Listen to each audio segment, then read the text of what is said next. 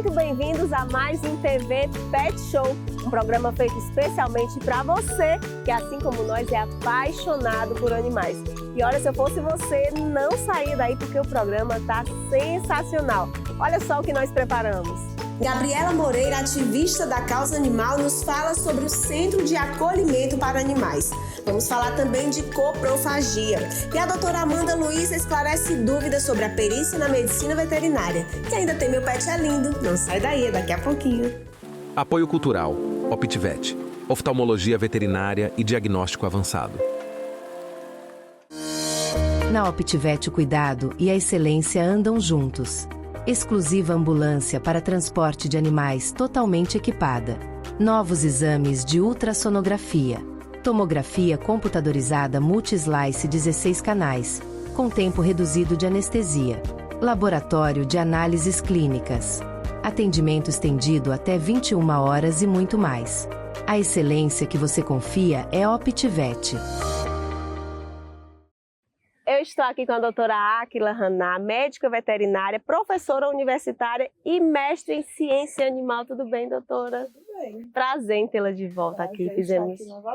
Nós fizemos uma matéria que repercutiu bastante, né, sobre os alimentos que os animais não podem. Muita gente não sabia. E agora a gente vai falar de um assunto, doutora, que quando acontece é uma dor de cabeça para esses tutores, que é a coprofagia. Talvez você não saiba pelo nome, mas quando souber o que é, vai se identificar. Exatamente. O que é a coprofagia, doutora? A coprofagia é o ato do animal ingerir fezes.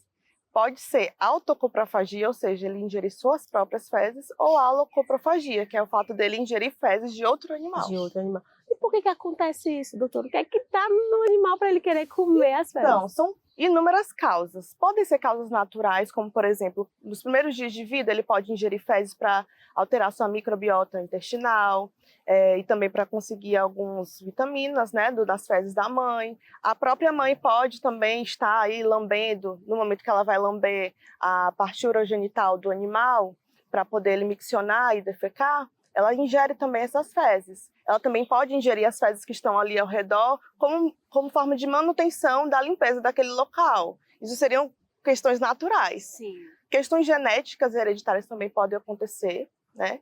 No caso de algumas raças terem predisposição de apresentar essa característica, né? Tipo Lhasa, Maltês, Shih Tzu, Spitz alemão, Retrievers, Yorkshire. Então também tem raça predisposta a fazer isso. Tem a predisposição. E tem outras causas dietéticas ou causas de manejo comportamentais.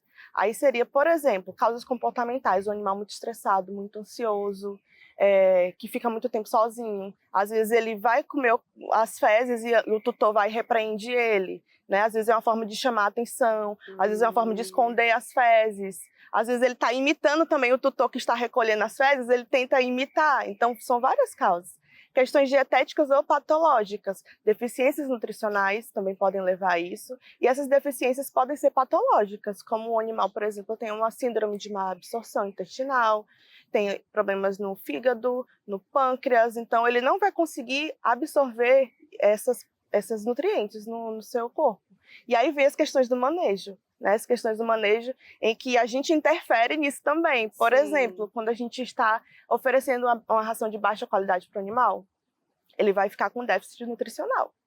Além disso, a gente às vezes fornece uma quantidade maior do que é necessário, o animal vai comer muito, muito, muito, e não vai conseguir absorver tudo, as fezes vão sair quase que a ração. Aí ele vai sentir vontade de comer aquelas fezes. Uma outra coisa também relacionada ao manejo é você fornecer pouca, né, fazer uma dieta muito restritiva, ou então você está fornecendo uma ração que não é adequada para o tamanho do animal, um grão muito grande, muito duro, ou ele tem outros animais ali perto dele que não vão deixar ele comer. Então ele vai ter déficit nutricional e aí ele vai, né, predispor esse problema. Outras questões de manejo também, que às vezes por nossa causa, deixar o animal muito tempo sozinho. A gente não sair para passear, não deixar brinquedinho com ele, deixar em um espaço muito pequeno, que as fezes vão ficar disponíveis durante muito tempo. Isso tudo são fatores que predispõem a esse comportamento. Entendi. Mas aí, doutora, o que é que eu faço? Para eu descobrir o porquê que ele está fazendo isso, como é que eu devo fazer? Pois é, são inúmeras causas. Pois é, eu não sabia que tinha tanta causa assim. Por isso que a gente tem que levar o animal imediatamente ao veterinário para poder excluir, principalmente, primeiro as causas patológicas, né? Tem que fazer exame para saber se o animal tem verminose. A própria verminose, algumas verminoses deixam as fezes mais palatáveis, deixam elas mais saborosas. Então, meio que assim, você tem que descobrir primeiro o que não é. Porque, assim, geralmente a maioria desse comportamento está relacionado ao comportamento.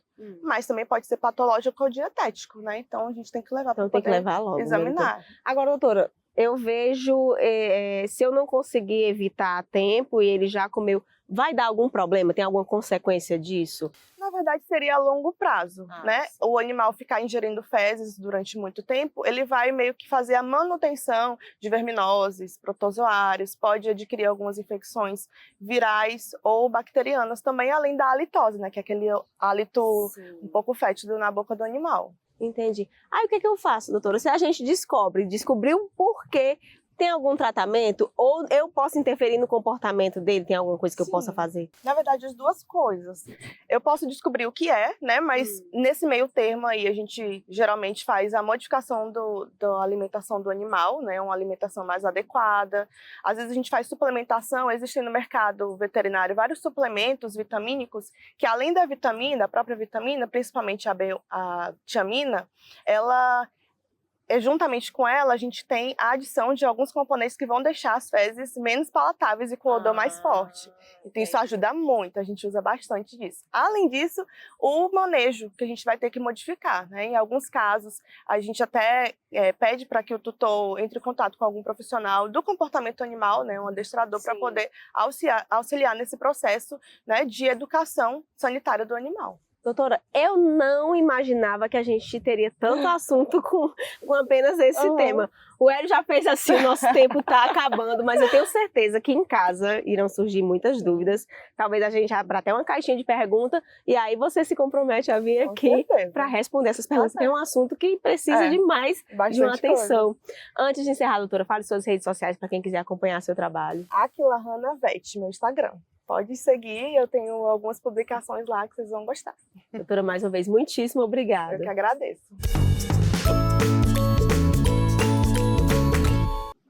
Minha pet dica é: se o seu animalzinho está ingerindo fezes, procure imediatamente médico veterinário, pois esse hábito pode estar levando a diversas alterações muito importantes na saúde dele.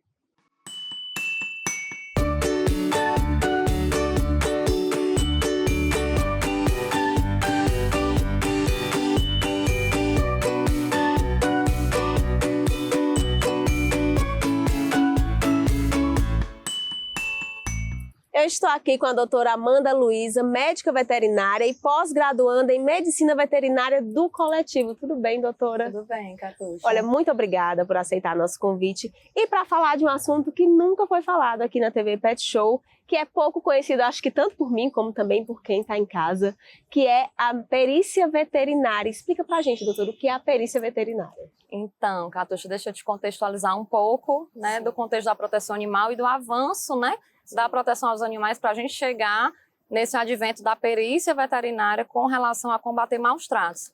Então, a gente teve todo um advento, né, da construção, da senciência, que os animais são sencientes, que os animais têm capacidade de sofrer e de sentir. A gente não pode mais maltratar, deixar acorrentado, arrastar no meio da rua, porque o animal é meu, eu posso fazer o que eu quiser, né? Antigamente tinha muito isso, o animal como posso, o animal é meu, eu faço o que eu quiser. Então, hoje a gente já vem desconstruindo isso socialmente, eticamente falando, mas também em forma de leis. Nós tivemos a última alteração em 2020, a Lei Sanção, devido ao pitbull que foi decepado, e vários casos muito agressivos, né, que os animais passaram, de crimes contra os animais, foram amadurecendo as leis e amadurecendo a consciência da sociedade. Então, nesse contexto, em 2018, que foi criada no Ceará a Delegacia de Proteção ao Meio Ambiente, a DPMA, na qual já é uma delegacia de polícia civil que combate maus tratos com os animais, porém, o médico veterinário, ele é o principal atuante disso, né? A gente precisa ter um profissional médico veterinário para estar na diligência de flagrantes e atestar, laudar, né? Fazer o exame pericial, um exame clínico, mas com enfoque pericial para atestar se tem maus tratos ou não naquele animal e naquele caso de denúncia. Doutora, então assim, no caso de denúncia, de maus-tratos, de negligência ou até do crime mesmo, a polícia vai, mas tem que ir um médico veterinário junto, né? Sim. Para fazer, essa é a perícia veterinária. Sim. O perito veterinário, ele é necessário, né, nessas diligências de maus-tratos contra os animais. A gente ainda não tem perito oficial no Ceará, na polícia, né? Então, termina que os veterinários são nomeados de forma extraoficial, aquele perito ad hoc que a gente chama. Então, termina que a gente vai de forma voluntária mesmo, né, em parceria com a delegacia, para laudar e para não deixar que aquele caso se perca por conta de falta de prova. A gente tem o relatório pericial do médico veterinário. O exame de corpo de delito, ele é feito também em animais ou ele é um termo só humano? Ele é um termo que veio da medicina humana, assim como medicina legal, a medicina veterinária legal é um ramo. A medicina veterinária legal também é um ramo dentro da medicina veterinária do coletivo, né? Que o coletivo é o quê? A gente está na coletividade, a gente tem hoje em dia a relação humano e animal em forma mais equilibrada. Então, a gente tem a medicina de abrigos, a gente tem a medicina de desastres dentro da medicina do coletivo. Então, a medicina veterinária legal não deixa de ser também um leque, uma vertente disso, né? Mas mais para esse lado forense, né? É também uma área afim de patologia, da necrópsia, mas o exame de corpo de delito é o exame ainda do animal em vivo. Sim. É um exame clínico, mas que a gente vai olhar, as lesões, os tipos de lesão, e é a mesma coisa. Trauma com objeto contundente, pérfuro cortante, né? Então, o animal que leva tiro, o animal que sofre uma facada, que leva uma pedrada, como teve esse ano, o animal que levou uma pedrada e desmaiou na rua, animal que foi arrastado na moto, né, numa cidade do interior, e esse animal foi periciado, a gente precisou fazer um laudo, né, veterinário, para participar também desse processo. Então, todos esses casos violentos ou de negligência, eles são obrigatoriamente ter que ter a avaliação e a presença do médico veterinário. Por isso é tão importante difundir e ter cada vez mais instituições e vagas para concursos, enfim, que atuem nessa área, né? Doutora, tem como dizer assim as principais demandas ou não tem? É uma surpresa cada coisa que acontece? Olha, são coisas assim, são casos, né? Tem muito caso de negligência, sim, onde o animal está acorrentado, o animal está preso dentro de casa sem assistência. Eu acho que é a maior parte, sabe, Catuxa? Porque as pessoas ainda não têm noções de guarda responsável. E a gente tem que educar e punir, né? Então, para punir, a gente tem que difundir a noção de guarda responsável. E também tem isso também, as diligências, elas são educativas. A gente pode também não só acusar ou retirar o animal, dependendo da gravidade do caso, mas também educar, marcar uma visita para 30 dias, olha, você vai dar remédio tal, você tem que limpar melhor, né? Manejar esse ambiente e educar, orientar, porque a gente também sabe que não tem lá para todos os animais, não tem um local que leve esses animais sempre. Então, a mediação de conflito, né? Sim. A educação e tentar orientar de uma forma não punitiva, muitas vezes é muito eficaz também, mas também é necessária a presença do médico veterinário nisso. É muito importante a gente falar dessa técnica, mas quando se trata de animais, a gente sempre tem aquela curiosidade. A emoção bate, doutora, quando vê um caso muito assim, nossa, extremo. A emoção bate, que eu tô com um monte lá em casa. Termina se envolvendo, né? Então, assim, é muito doloroso ainda você chegar no canto, o animal tá num ambiente extremamente sujo, um animal com pelo de 5 meses ou mais, sem tosar, sem banhar, né? E nós tivemos muitos casos simbólicos esse ano na atuação da delegacia, da DPMA, que mostra que cada vez mais a gente vai ter que coibir maus-tratos. Não deixa também de ser uma função educativa para a sociedade, sim, como um todo, perceber que não mais tolera, né, esse tipo de situação.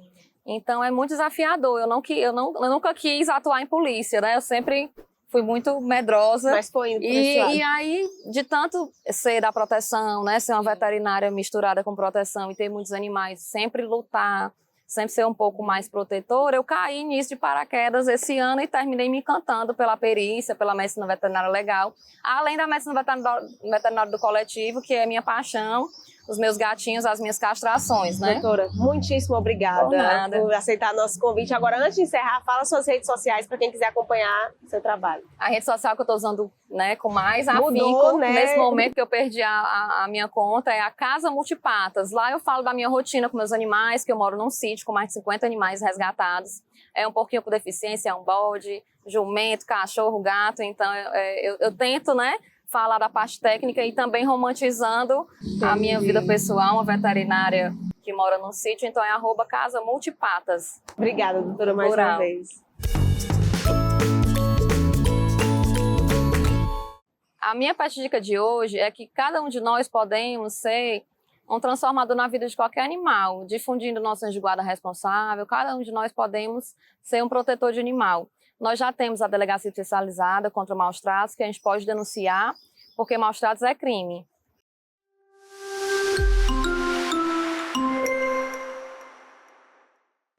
E hoje vamos falar da parceria com a OptiVet que o Instituto ProSilvestre mantém. Falar da OptiVet assim, é uma honra, porque assim, nós temos uma profissional assim, incrível, que é a doutora Misa, que trata da oftalmologia dos animais domésticos aqui no estado do Ceará. Ela é uma referência. Fora isso também, a doutora Missa começou a trabalhar agora com os animais silvestres, então assim, ela está atendendo papagaios, serpentes, caçacos também, então assim, está tendo todo o desenvolvimento da oftalmologia para os animais silvestres. Fora que a OptiVet também tem o quê? Nós temos os maiores, assim, a questão de exames de tomografia computadorizada, então assim, é uma equipe de excelência profissional dentro do estado do Ceará que está fazendo a diferença assim, tanto para os animais pets domésticos, como os cães e gatos, como também para os animais silvestres. Então assim, está precisando daquela consulta oftálmica ou de algum exame mais específico? Vá à OptiVet.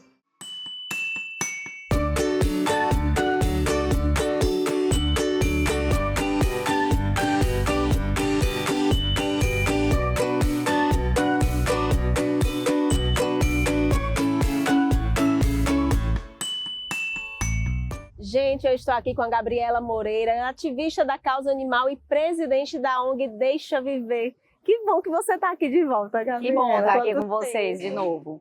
Que bom, muito obrigada por aceitar nosso convite. E hoje a gente vai falar de um assunto que eu estou assim, esperançosa que isso aconteça e logo, que é um centro de acolhimento para animais aqui para o Ceará. Eu não sabia que existia, que poderia existir essa possibilidade, e eu também não sabia nem o que era realmente um centro de acolhimento. Explica pra gente o que é e qual a diferença do centro para o abrigo, que eu acho que muita gente confunde, Gabriela. Sim, é muito importante, porque, Catuxa, a principal diferença entre um centro de acolhimento e um abrigo é que o centro de acolhimento é para receber animais que passam por algum problema, como animais que estão colocados para rinha, que hoje o destino deles, quando se trata de galos, é a morte. Quando eles são apreendidos em rinha, eles são, porque legalmente isso está explícito na lei, eles são encaminhados para a DAGRE, para ser eutanasiados. Não pode ser reabilitado? Não poderiam mais ser reabilitados se não tivesse essa ideia de um centro de acolhimento. Pitbulls, que infelizmente são muito utilizados em rinha, não há onde colocar esses animais. Então, o centro de acolhimento vem justamente para essas questões. Um animal que é atropelado na rua não tem para onde ir, não tem tutor. Muitas pessoas não socorrem porque não sabem o que fazer depois com o animal. Né? Então, a diferença do centro de acolhimento para um abrigo é que um abrigo recebe animais que estão em situação de abandono. E isso a gente é contra. Por quê? Porque um abrigo rapidamente ficaria lotado. Qual seria a capacidade desse abrigo? 5 mil animais? Porque rapidamente começariam pelos protetores, pelas ONGs, que estamos todos superlotados, estamos com a nossa capacidade financeira mais do que esgotada. A gente gostaria, então, que o Estado assumisse esses animais, porque nós estamos fazendo o dever do Estado, do município, enquanto a gente está com esses animais. Então, essa é a diferença do centro de acolhimento para um abrigo. Não vão ser animais que vão entrar lá pelas mãos de protetores. Era isso que eu ia perguntar, né? Como que não vai acontecer para lotar? Sim. Ele está nas especificações do nosso pleito jurídico, que os animais entram lá pelas instituições. Entendi. É a polícia, é a SEMASSE, no caso de apreensão, e assim vai. Mas não é protetor que vai levar, não é a população que vai levar. Certo? Sempre a gente vai acionar o poder público e, através do poder público, esses animais entram no centro de acolhimento. E aí eu queria saber a quantas anda isso? Quais as chances da nossa esperança ser maior? Tá tramitando? Como é que... A gente chegou ao final já, né?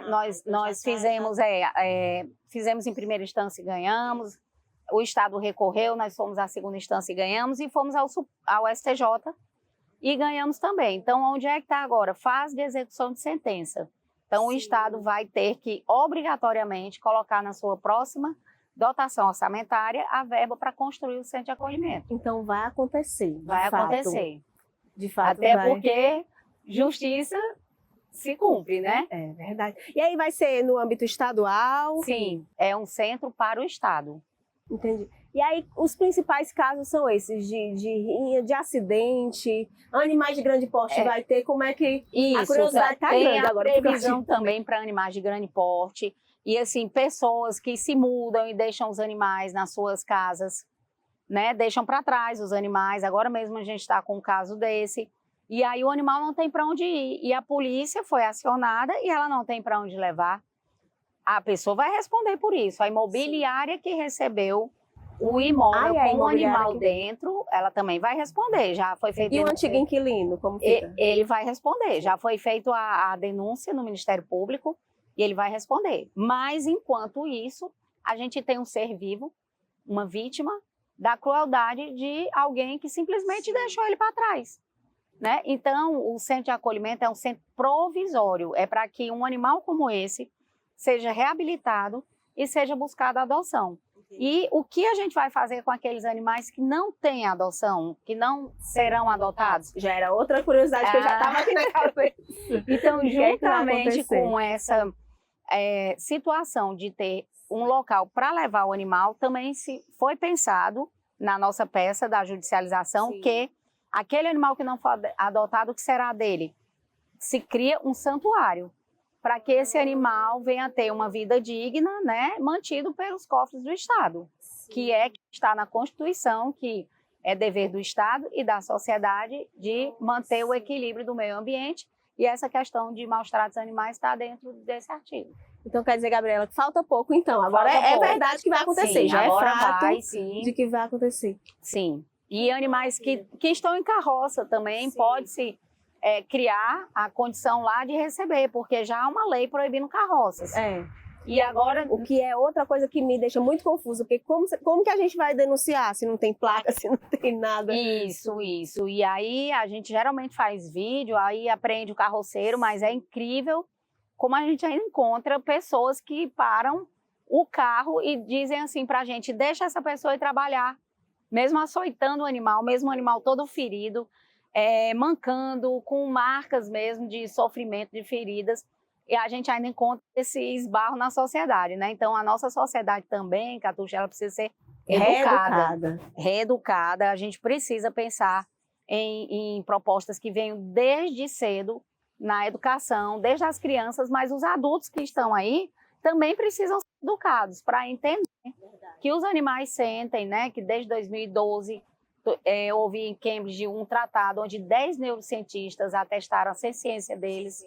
Então, a partir daí, a gente já está falando de ética e compaixão, né? Então, ninguém é obrigado a gostar, mas a respeitar. A respeitar e a não maltratar. Gabriela, muito obrigada. Eu que agradeço. Eu espero que você volte aqui, Gabriela, para falar que já está funcionando. Se Deus quiser, isso vai acontecer. Porque a justiça já quis, agora falta Deus. Mas ele vai querer. Obrigada, Gabriela. Antes de encerrar, por favor, fala suas redes sociais para quem quiser acompanhar. As redes sociais da ONG são ONG Deixa Viver, tudo junto no Instagram. Obrigada, Gabriela. A minha pet dica na ONG Deixa Viver, nós temos vários animaizinhos que estão precisando muito de adoção, estão precisando da sua segunda chance. Compareça, entre em contato conosco pelas redes sociais. Tem animaizinhos adotáveis, tem aqueles animaizinhos que ninguém quer adotar, que são os adultos, os idosos, os gatinhos pretos, os tigradinhos, os branco e pretos. Gente, os positivos para FIV e FeLV, todos eles merecem um lar. Vamos dar uma segunda chance para essa turminha?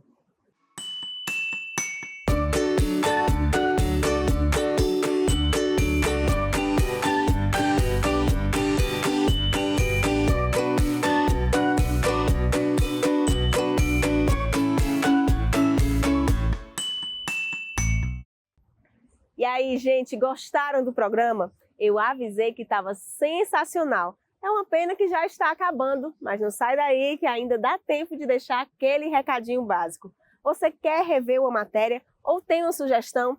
Entre em contato com a gente através das nossas redes sociais. Tem em casa um pet que é lindo, faz uma foto ou vídeo e envia aqui no nosso WhatsApp. Chegou agora, não assistiu o TV Pet Show aqui na TV? Dá uma olhadinha no nosso canal no YouTube, @TV Pet Show. Tem todas as matérias lá para você. Ou então posiciona a câmera do seu celular no nosso QR Code e vai direto para lá. Eu vou ficando por aqui, um grande beijo e não esqueça, TV Pet Show, onde seu pet é uma estrela.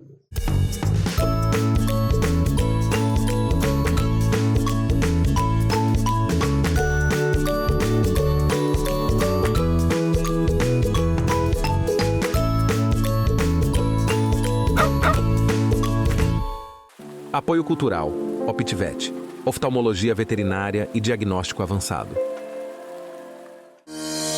Na OptiVet o cuidado e a excelência andam juntos. Exclusiva ambulância para transporte de animais totalmente equipada. Novos exames de ultrassonografia. Tomografia computadorizada multi-slice 16 canais, com tempo reduzido de anestesia. Laboratório de análises clínicas. Atendimento estendido até 21 horas e muito mais. A excelência que você confia é OptiVet.